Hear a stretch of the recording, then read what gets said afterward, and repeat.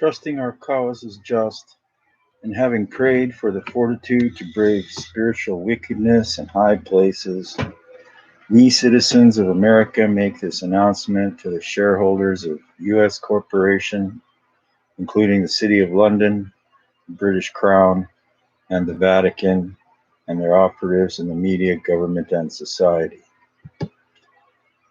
The Second Declaration of Independence by the 50 United States of America.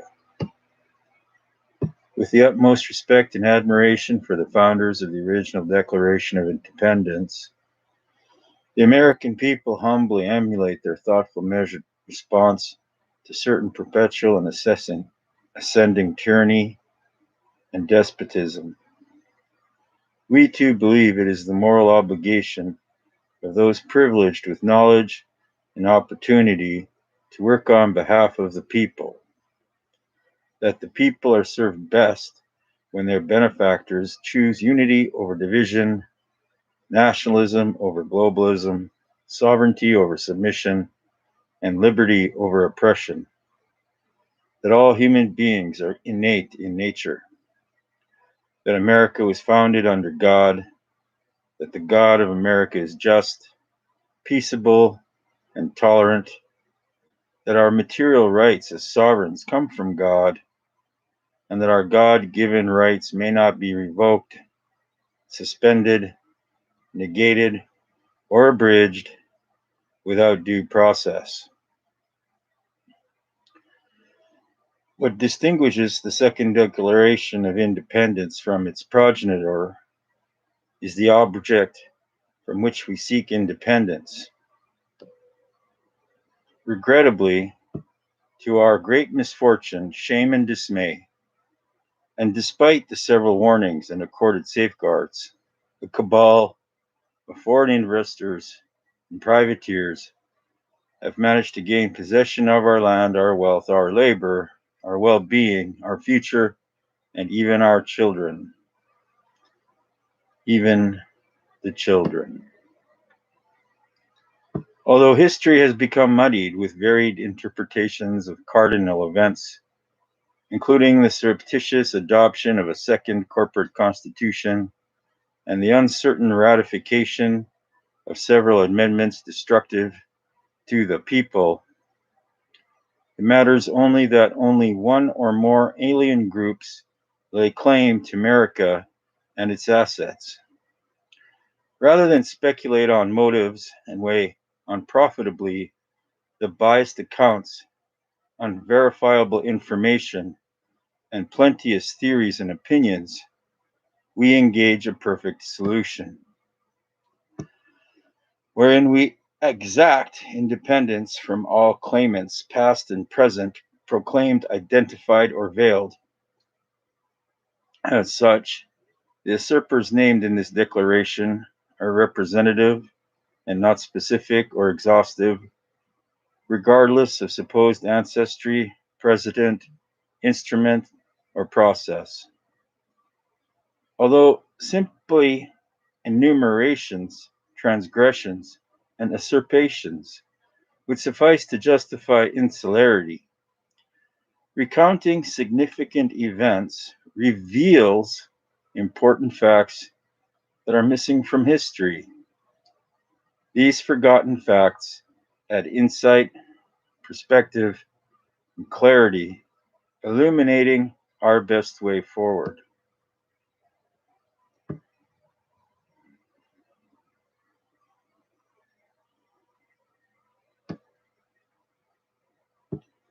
The inevitable Civil War destroyed America's economy, ripped families apart, and cast a questionable shadow on the future of a once promising nation. America was in trouble financially and needed a massive infusion of capital to get back on its feet. A cabal of nation building venture capitalists from Europe agreed to finance America's recovery, but demanded an active role in government to ensure their investment. In 1871, mired in debt, Congress worked out a partnership. In exchange for boundless financial support, the foreign investors would handle America's administrative needs. Although initially it seemed to be an innocuous concession, the consequences of allowing the nation-building venture capitalists to conduct America's business beyond the protections of the U.S. Constitution proved catastrophic. The investors quickly embedded operatives throughout the foreign-owned corporate government, and Washington, D.C. began serving the interest of America's financiers over the people. In 1871, America effectively lost its independence, and the nation-building venture capitalists became our new masters.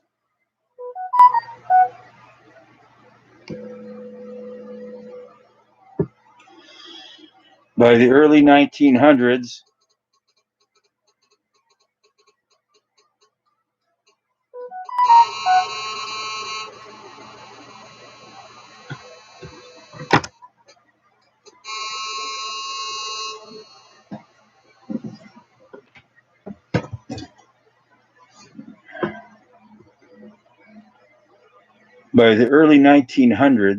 the foreign investors that bankrolled America controlled the major newspapers and news services, enabling them to shape what is reported and how it is to be framed. They had to cover their tracks before being exposed and repudiated by the people. The nation-building venture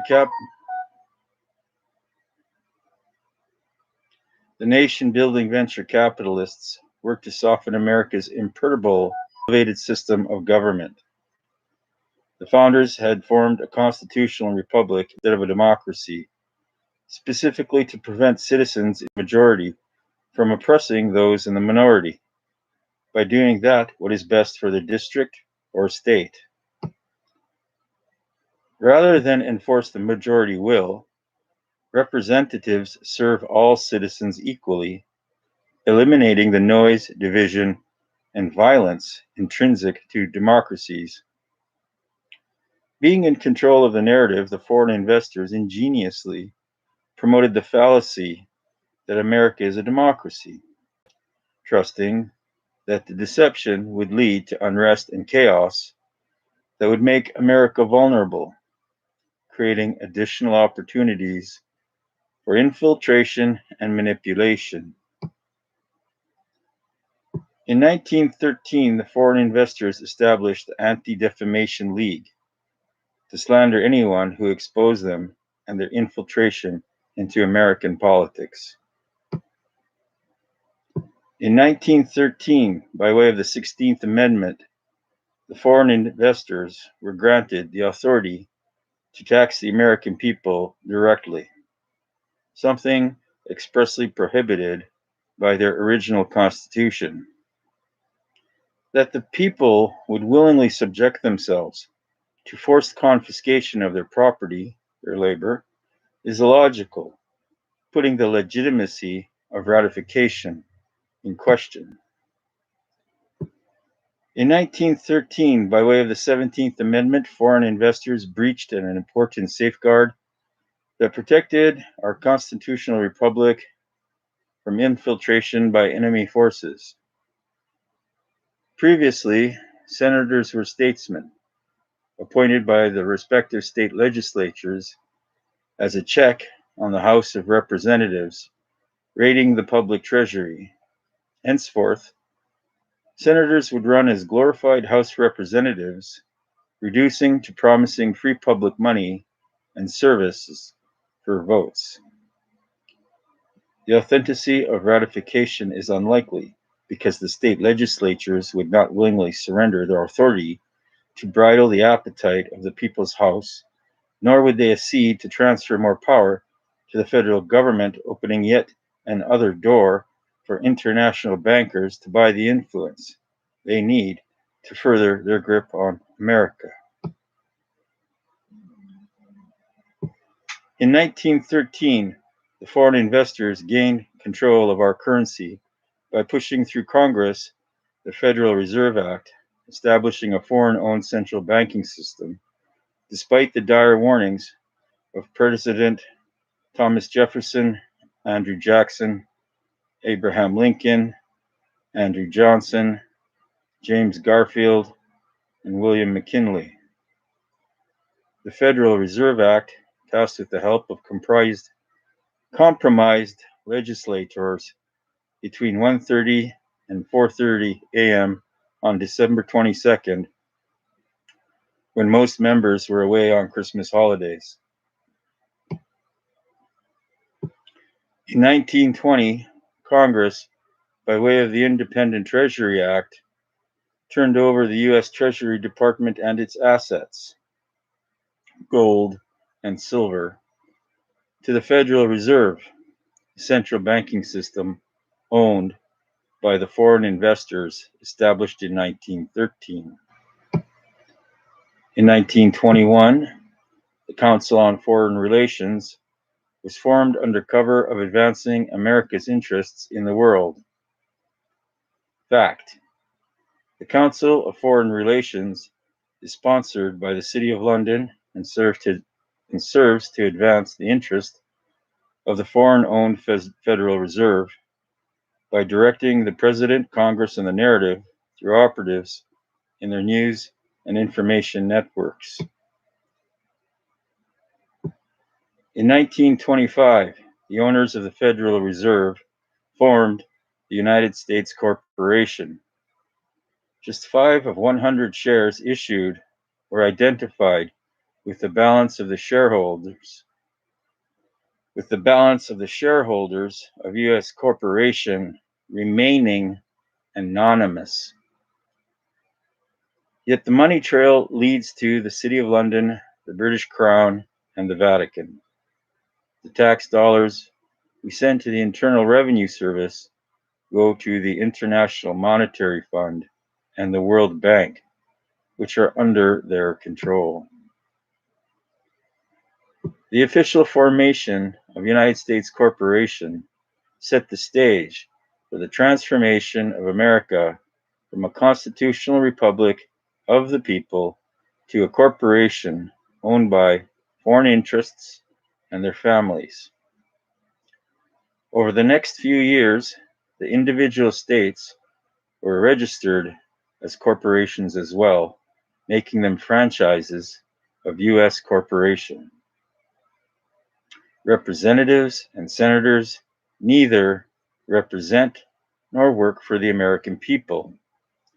Rather, they are managers of the United States Corp, and as such, they are obligated first to serve its best interests.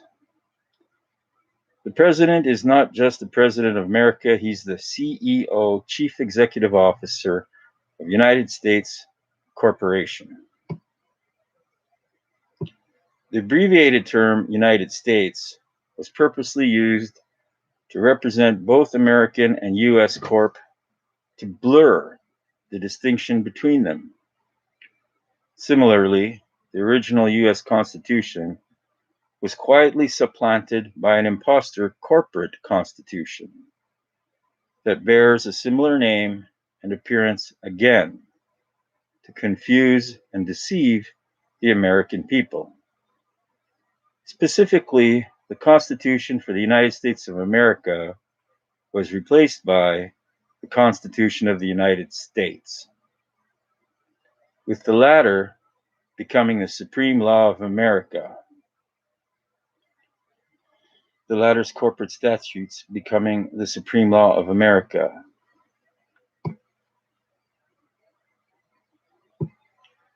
In 1933, the U.S. federal government declared bankruptcy, and President Roosevelt, its acting CEO, signed over to U.S. Corp, America, and its assets, including the people, their labor, and their labor.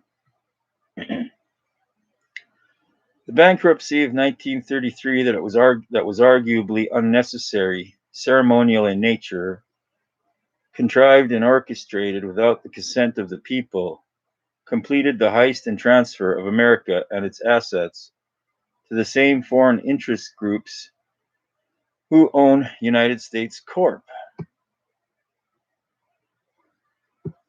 In the bankruptcy of 1933, United States Corporation forced the American people to surrender their gold in trade for debt notes called dollars, fiat currency that has no seal value and that is depreciated continually through inflation to where it is worth just 4 cents today.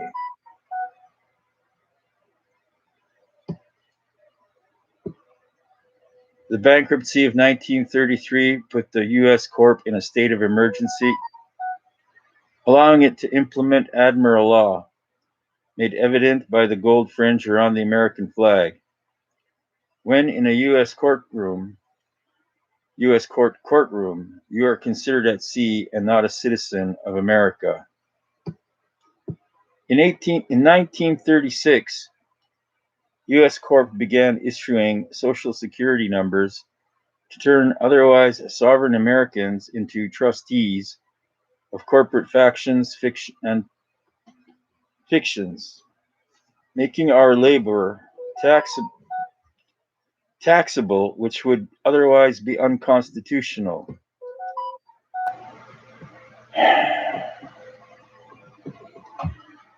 According to U.S. Corp, you are not a live man or woman, but rather a representative of a corporation in your name.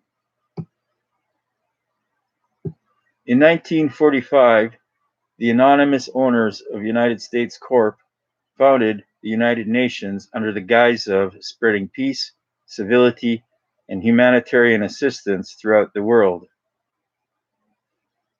The true purpose is to condition citizens to recognize an international authority, a first step in establishing their promised new world order, in which the U.S. Constitution is retired to make room for a universal totalitarian government.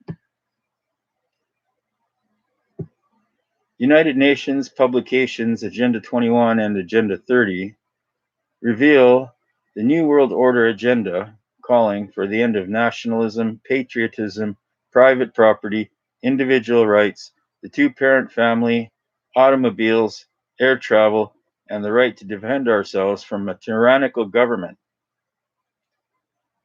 In keeping with their goal of sustainable development, they plan to reduce the population by over 90%, ridding America and the world of dissidents and useless eaters.